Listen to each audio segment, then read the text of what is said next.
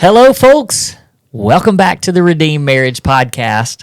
This is Rusty and Heather Bryant, and thankful that you are with us today. Hey, shout out to our friends in other countries that listen to us. We've had a big uptick in, is that a good word? Is that the right word? Uptick in the international world. Mm-hmm. So for those of you that are overseas and you listen to us, thank you. And send us a note on Facebook or Instagram or however you communicate with us, and let us know where you're listening from, because that's fun to be able to see that we have listeners worldwide. So that's a lot of fun to hear that our message of hope for marriages is going worldwide. Yeah, that's awesome. You think they can understand our Southern accents? I don't know. We'll lay it on really thick for y'all so you can laugh a little harder today. I had a thought. Okay, this is random. Sorry. You know how when I listen to audiobooks, I listen to them on 1.25? And we've had people not a bunch of people, but we've had a couple of people tell us that they can listen to you on 1.25 and sometimes even 1.5, but not me, because I talk faster. Oh, I thought it was the opposite. I'm pretty sure it's not. I don't know. Okay, you remember how when you said nobody listens... Oh, wait, sorry, that was me. That said nobody listens to us at 5 o'clock in the morning, and then they do. Let's see if people will let us know if they listen to us on 1.25 speed. I mean, I'm sure they do. Like, I listen... It's not even... I think now, Apple Podcasts, 1.25 is not an option. I think it's 1.3. I listen to every single podcast on 1.3. Well, on Audible, you can listen to it on 1.25, 1.3, 1.35, all of those options. I mean, you can go above 1.3, I think, for Apple Podcasts, but I think 1.3 is the next from just normal. You can slow it down, too. And then so if you guys need to slow us down when we're talking really, really fast like this, just slow us down a little bit. And then because my bestie listens to our polos on 1.5. And I'm like, on 2. I hear you doing that polo stuff sometimes on fast. And I'm like, how do you, I can't. I can listen on 1.5, but not 2. It just, it sounds like a chipmunk talking. Yeah, I have to, 1.3 is about, that's what I listen to. Just curious. Yeah. Because I was listening to you say, hello, folks. And that's kind of slow. I think it used to be 1.25. I don't know why. That's weird, right? They just one day said, no more it's not fast enough. Let's bump it up a little bit. Let's get these people. And then it's going to go. Let's get these people going this morning. Hey, good morning for those of you that listen at 5 o'clock in the morning. Good morning. But it is not 5 o'clock in the morning for these overseas people. No. Oh, it's not. Some of them all the way around the world. Yeah, that's crazy. All right, so let's get into it. I'm so excited about this topic. I'm sure that there's people going, are we going to talk about something it's going to be a good one. That will be helpful.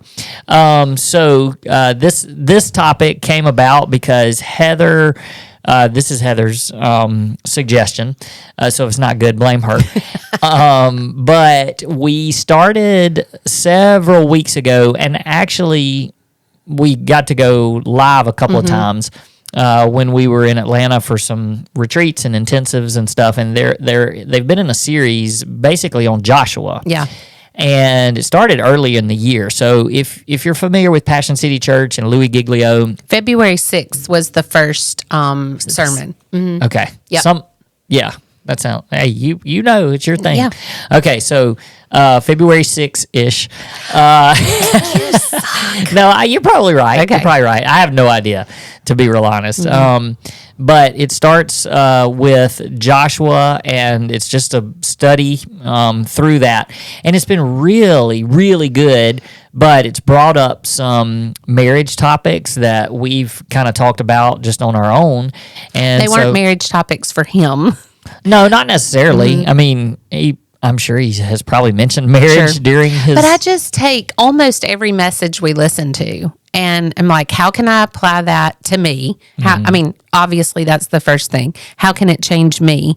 And then I always am like, how can we apply that to marriages? Because it's just, so many broad topics that are like, hey, this can change your life. It also, because of that, can change your marriage because you can only worry about you. And so as I think, oh, this is going to change me, then it can't help but change our marriage. So can I jump in real quick and just say this? There's people out there, I think, that they look at our marriage and they want to know, how do you get to a place where we are, regardless of our past, but just the health of our marriage right now. And we're not perfect. There's plenty of things that we still work on. But I think that people want to know, so they come to us. We do marriage coaching. We do one-on-one sessions. I do man-to-man sessions. You do woman-to-woman sessions. We talk with these people. And I think people are always wondering, well, how do we grow spiritually? How do we get closer to the Lord so that it will overflow into our marriage and it will overflow into our family? And then, they're asking about, how do we improve our communication? How do we, learn how to have conflict and handle conflict well? How do we increase our physical intimacy, and how do we grow closer emotionally? All those things. And they want to know how we do things. And so sometimes I'm like, well, I ask a lot of times with guys that I meet with, I'm like, hey, tell me what you're reading right now. Tell me what you're listening to right now. And most of the time, it's not anything. Right. We get a lot. How many people do we meet with where one spouse or the other or both say, well, we don't really read. Like, we know how to read, we just don't read. Right. And I get it. Sure. Some people just don't enjoy it, and they enjoy other things that we probably don't. Yeah, exactly.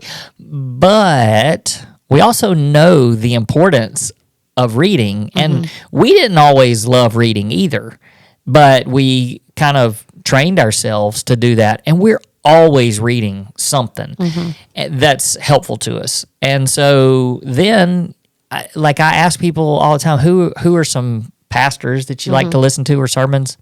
A lot of times they don't listen to anything. And I'm going, okay, well, these are the things that we have as a part of our daily life. You have to be fed. Just like you mentioned, we listen to these other sermons and pastors, and then we apply it. And so much of our application in this season of our life does go towards, how do we apply this to our marriage? Because this is what we're doing for other people and working with other people. Yeah. So anyway, I just say all that because some of you are out there going, how do we get there? Well, this really goes right into what we're about to talk about, right? You actually got to do something. You actually got to do something. We didn't even plan that. No, that was God. Even when I started talking about it, I was like, oh, I wasn't planning to talk about that. But I think that some of you may want to, if you just don't know where to start, reach out to us and send us a message on social media or through a contact form or whatever, and just say, hey, who are the pastors that you like to listen to? What is it that you're listening to right now? What books are you reading right now? We're happy to share all that. Yeah. None of that's a secret. Yep. So here we go. Back to our regularly scheduled program. So Joshua is what Louis Giglio has been preaching on, and some of his teaching team. And the biggest thing is, he's just going through the whole entire book, but it's basically, it's the Israelites. And for those of you not Bible people, it's okay. We're not going to go real deep into this, but we do want to tell just kind of a couple of the stories to kind of set the stage. But the Israelites were being held captive. They were slaves, and they were slaves in Egypt. And the Israelites were, from the Bible, and these were God's chosen people. Right. And so they had been sent into slavery, sold into slavery, and they were living in Egypt. Well, that's when Moses comes along, and Moses God chooses him to be the leader to lead them out of Egypt. And he leads them out of Egypt, and there's all kinds of really cool story. So go back and read your Bibles. There's some really cool stories in there. But as they are journeying, so they that's when they cross the Red Sea. You guys have heard that story probably. Some of you have heard that. They cross the Red Sea. They escape from Pharaoh, and they escape from Egypt. And God promises to give them their land back. So it's the promised land. It's what he has told them. They're going to be able to go back and take over the land again. But before they go in there, they wander for 40 years. And during that time, God raises up another leader under Moses, and his name's Joshua. And that's where Joshua comes from.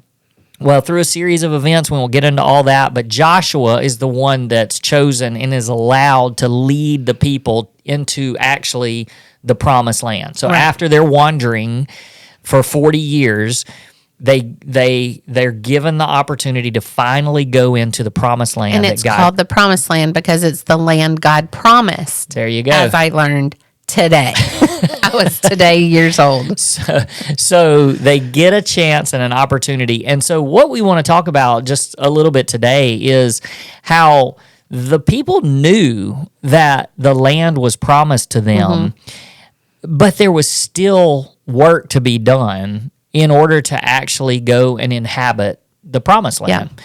And so as we started thinking just about marriages and how, God's desire, his design for marriage is one man, one woman for life. And that's the covenant that we stand before God, stand before witnesses, and we say, we're going to stay together until the day that we die. Sickness and in health, rich or for poor, till death do us part. And we promise to be faithful. We promise to, stick it out to the very end. And so we know that that's what God's desire and his design is. We're the ones that screw it up. It's not God. God doesn't screw it up. We screw it up. And when we go through our sinful lives and we mess things up, God still desires for us to have a long and fulfilling marriage. But just because he desires that and he wants that for us, and in a way he's promised that to us, but just because of that doesn't mean that it just automatically happens. And naturally happens. Right. And just like the promised land in the Bible, it didn't just happen. Yeah. Things had to take place in order for them to actually inhabit the land. So we wanted to kind of talk through that a little bit this morning. This is your story, so anytime you want to jump in. Oh, I will. Okay, so I just really, there's, for me, the first two stories in Joshua really paint this picture for us that we can sort of jump over and put it into our marriages. But the first one is that they had to cross the Jordan River. So this is not the Red Sea when they escaped Egypt, but this is crossing. This was after the 40 years of wandering. Right. So now they have to cross the Jordan River to actually go into the promised land for the first time. So as they're crossing, they actually have to get, these are like lots of people. It's not like a family of 15 trying to get across. We're talking millions of people. Yeah. Yep. And it's not a river that you ride across a horse on. Right. It's a massive river. So they had to get across it. And so they knew that God had promised that, but they had to take some steps of obedience. And the cool part of the story is he does part the waters, but he doesn't part the waters until the priests actually step in and lead the way. And so they actually step foot into the Jordan River before it dries up and parts the water. So walking across that, it actually took them being obedient and taking steps. It wasn't. God could have made a bridge across it. He could have, or he actually could have. We're talking about God. He could have literally picked them up and moved them to the other side of them over. Yeah. Yep. So there's lots of things that God could have done, but what he chose to do instead was allow them to exercise obedience and take steps of obedience and actually act on the promise before they actually got the opportunity to walk across on dry land. Well, it's obedience, and then it's also faith, because it's like I'm going to have enough faith to where I know that if I take this step of obedience, God's going to bless it and God's going to honor it, because that's what he's promised. And so that's, there's so much of the story that's amazing, but that part of it just, you have to have enough faith to say, God, I know that you've promised us this. I know that this is your desire and your will. And so I'm going to take a step of obedience into that so that I can see your promises. But it takes action on our part, and not just because they could have stood at the edge of the Jordan River and said, okay, as soon as you dry it up, we'll walk across. But it was take a step.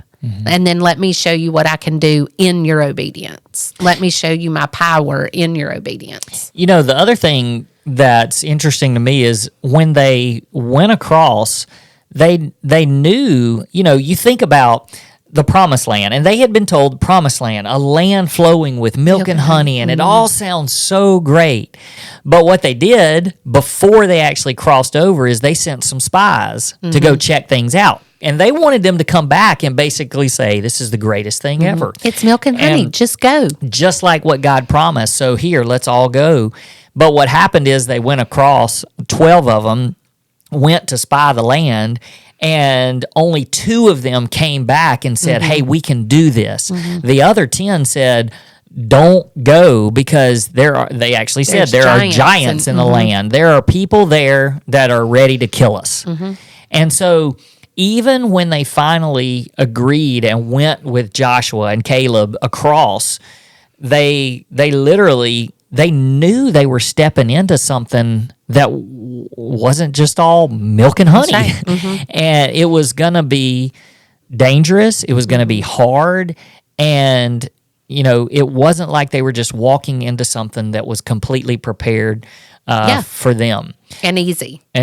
Right. It wasn't easy. There were going to be difficult seasons ahead of them. That's right. And so, but they chose that. They chose to step in faith because they knew that God had promised them, and so that if they were obedient and they stepped in faith, that God was going to honor that, just like you said. Yep.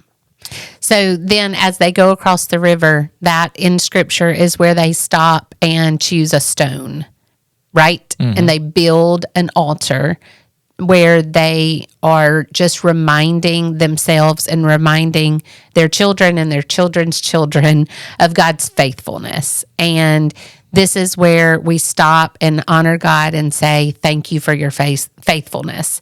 And that's where our logo comes from. That's where our Stone Cairn logo comes from. It's rocks that are stacked upon other rocks to just show that this is God being faithful. He was faithful to us and allowed us to cross the Jordan River. And I just think that that's such a powerful picture of not only is God faithful, but he's also faithful when we step in and obey him, and he honors our obedience. And I just think that that's a really sweet picture of marriage. We've seen his faithfulness, Rusty. Like, we know that he's faithful when we obey, when we do what he's calling us to do, when we just, and some of it is taking chances and not being sure of your next step, but knowing that he's with you as you step. And I just love that picture of our story and the picture of what could be your story. These listeners that hear us every day that don't feel like there's much hope, or they don't feel like they have any faith to step out on. And I've heard you often tell people, you can borrow our hope. You can borrow our faith until you have some of your own, because we've seen it happen. We know that it can be done. We know your miracle that you desire can happen, because we know the God of miracles. And so as they stepped over the Jordan and into this next part of the story, it just took an unbelievable amount of faith and honoring God for his faithfulness to us. Well, you think about just the majority of the people. This is not something that's unbiblical when we say borrow somebody else's, borrow our faith. Because really what it is that you're looking at somebody else and you're going, okay, well, you've seen the faithfulness of God. Maybe I haven't seen it as much as you have. And so I'm going to believe you and know that your God can come through for me as well. Right. And, when Joshua and Caleb came back, and the thing that you read through Joshua, you're gonna hear it said over and over: be strong and courageous, be strong and courageous, be strong and courageous. And so that's what Joshua came back preaching, was we got to be strong and courageous. And so even when they stepped into it, I think a lot of them, the majority of them, were like, all right, well, we're going to have to borrow some of your faith, because there were 10 other dudes that came back and told us don't go. because we were going to get destroyed. And so they go across, they build the stone cairn and all that. And I believe that there were a lot of family members, that had seen they wandered for 40 years. So they saw what God had done at the Red Sea. And then their children had to believe, oh, well, you've lived this. So we can, and they had to borrow some of that as well. But then and this is kind of as deep into the story as we're going to get. But the very first, they cross, and it's not like all the people that were already inhabiting the land were like, hey, welcome, Oh, it's yours now. Yes, we're so glad to have you. God's been telling us that you were coming. Yeah. And so now you can have our land. It didn't happen like that. And it also didn't happen that they got there and everybody was just dead. Yeah. Because God just said, I'll go ahead and take care of it for you, and you don't even have to do anything. No, the very first place they encountered was Jericho, one of the most fortified cities in Israel. And so they had to actually go in and conquer. And so their thought was, now we got to fight. Yeah. And nobody, they didn't want to die. People, it's just all of that they had to be thinking through. And then I think the funny part of this is, okay, first one, and we're not going to battle, God says. Instead, what I want you to do is I want you to get up. And he told them the number of days and how long to do it. And they walked around. They just walked around the city. Just literally walked around the wall. The whole city was walled in. And he told them just to walk around it. That's right. And there had to be some people that were like, let's go. We're ready to fight. And Josh was like, no, we're going to walk. We're just going to walk around. And some of them were probably like, well, I don't want to just walk around because people up there on the top of the wall are looking down, shooting, whatever. Like they had guns. No, like arrows and stuff. How do you think they fought? They didn't just beat each other up. They definitely had ways that they were fighting. And so but guns, they weren't pulling out the 6-shooters. But there were all of these questions, but again, they just had to be obedient. And then for God to finally say, okay, well, when you're done with the whole walking thing, I just want you to yell really loud, and we're going to blow some trumpets, and those walls are just going to fall down. I don't know. They gotta be thinking at this point, what? There's some crazy people leading us. Because he was telling Joshua, and Joshua was telling them. And so I'm sure they're like, okay, I don't think you're hearing that correctly. Yeah. Yeah. So I think the big thing here is that there is a promise for your marriage, but it takes action. You can't just expect that, okay, well, I'm just going to really pray about this, and God's just going to, when I wake up in the morning, things are going to be better. The walls will have fallen. Because God is going to hear my prayers. This is what he desires. This is what he wants. And I will say this, God can do it that way, but we're just telling you that from a couple that has gone through, and we're not just assuming that everybody knows our story, but we walked through infidelity 15 years ago. And almost 15 years ago. So in order to get to the place where we are today, we had to act on lots of things that we learned about marriage, and lots of ways and that's why we still continue to listen to sermons. We continue to read books. We continue to listen to other people, mentors, and godly people that can guide us. And when they tell us things, we actually have to do them. Right. And I think that sometimes not sometimes. Yes, just sometimes. Yes, sometimes. Sometimes. I do believe that there's people that listen to us on this podcast, and they walk away, it makes them feel good, and they're like, oh yeah, that sounds great. And then they don't ever do anything that we've talked about. But the frustrating thing for us is when we actually start coaching couples, and we work through some things, we talk through some things, and then the next week we get together. Hey, how are things going? Well, not really so great. Okay, well, tell us, how did things go when you tried this, what we talked about last week? Well, we just kind of decided that really wasn't going to work for us, and so we didn't try it. Oh. Okay. So, and so what do we, well, Marching around the wall, Yeah. but we're asking you to yeah. do it. And I'm just like, all right, well, here's the thing. It may not be right for you, but whatever you're doing is not working. Right. That's why you came to us and asked us for some advice and some coaching. And so our methods and the things that we did to heal might not be the thing for you. But try it. My goodness, try it. I mean, just try it. Yeah. And so I think that sometimes we listen to sermons, we listen to podcasts, we read books, we listen to other people, we get counsel, we get advice, and then we don't take steps to actually do anything about it. Yep.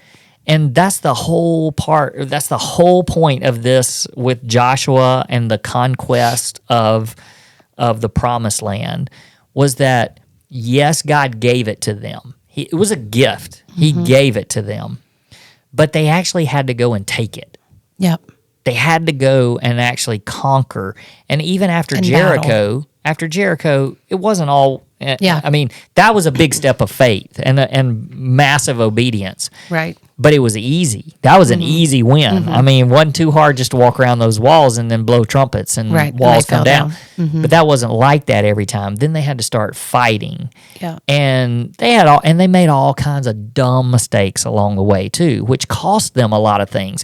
And one of the things that it cost them is that they never completely destroyed everybody there. And so it sort of left, like there were pockets of places and people and different religions and things like that they left there. And those are the things that haunted them for generations and generations and generations because they didn't completely destroy what was already in the land. Yeah. And I think that's a big part of marriage too, is that we don't completely destroy things. We just let them linger. So that's why you have bitterness and you have unforgiveness and little tiny things that you're not actually destroying and just putting to death. Speaking of, I'm going to go off on another little, dear. we're going off somewhere else real quick. But, with Easter having just come and gone, I've been reading some about the resurrection and just like historical stuff, and it's been interesting to me. I've listened to some podcasts and things like that, and I love studying things like that, and I get really excited about my faith and just the proof of my faith and stuff like that. But even over the last few weeks, we've been talking about resurrection at our church. We've been talking about end times and resurrection. But think about this for a second. When something is resurrected, what has happened to it in order for it to be resurrected? It had to die. It had to die, like completely dead. If something's not dead, It can't be resurrected. it can't be resurrected. That's not the definition. Right. And so we know that Jesus, he died. He Right. died for us, and so he was fully resurrected and came back to life. And I really believe that about our marriage. Our marriage was resurrected, Sure it was. but it was only resurrected because we allowed it to die. And I know that there's some people out there that are like, well, I don't really need my marriage to be resurrected. It's not really dead. Yeah. But there are parts of your marriage That need to die. and need to be resurrected That's and right. made new, because that's what resurrection is. It's making something new.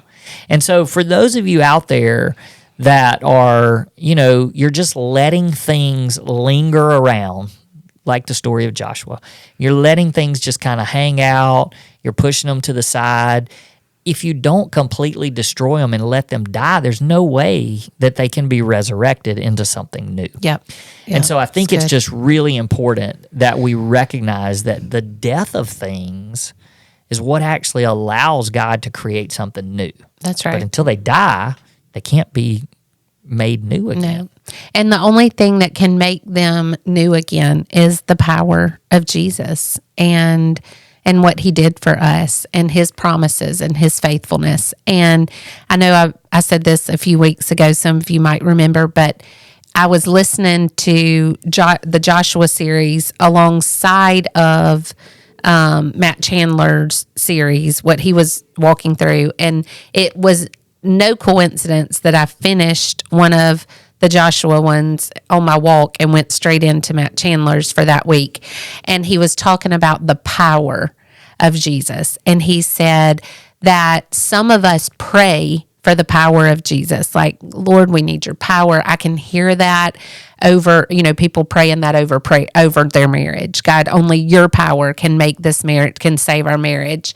Only your power can heal our marriage. All of these things. And he said, so many of us pray for the power of God, but then we don't live lives that require the power of God. And when you were talking about what we have to do, we have to go to battle for our marriages. We can't just sit back and say, okay, God, I know that your promise is that marriages, like, they're from you and they're supposed to be good and they're supposed to honor you and they're supposed to bring you glory. So do that. That's not it. It's, you can pray for that, but then you have to live a life that requires him to give you his power. So it's living life fighting. It's living life going to war daily for your marriage. It's just like we talked about a couple of weeks ago with the hashtag 24 hours. You're fighting for your marriage for that 24 hours. Don't get ahead of yourself. Invite Jesus in and say, today I need your power to conquer this battle, to conquer this one. And I've seen your faithfulness and I know your faithfulness, or maybe I don't see it, but I see Rusty and Heather's, and I'm going to borrow some of their faith to live through this day. And so it's just, it's so much easier, Rusty, I think, for us to talk about this because we've witnessed, we have seen firsthand his redemption and his power and the miracle that he can work. And so I just want to give other people, all of these listeners, a glimpse of that. It's not always easy for us. I mean, there's hard things that we still battle, not just in our marriage, but in our life. But it's always coming back to, I know who my God is. I know what he promises, and I know his power. And so I'm going to rest in that, and I'm going to take the first step of faith in that. That's good. All right. It's a great way to end. Yeah, we went on just a couple of minutes long. Not minutes. bad at all. We crushed it. People love us to go long. All right, guys. Hey, thanks for listening. We'll see you next week. Peace. Peace.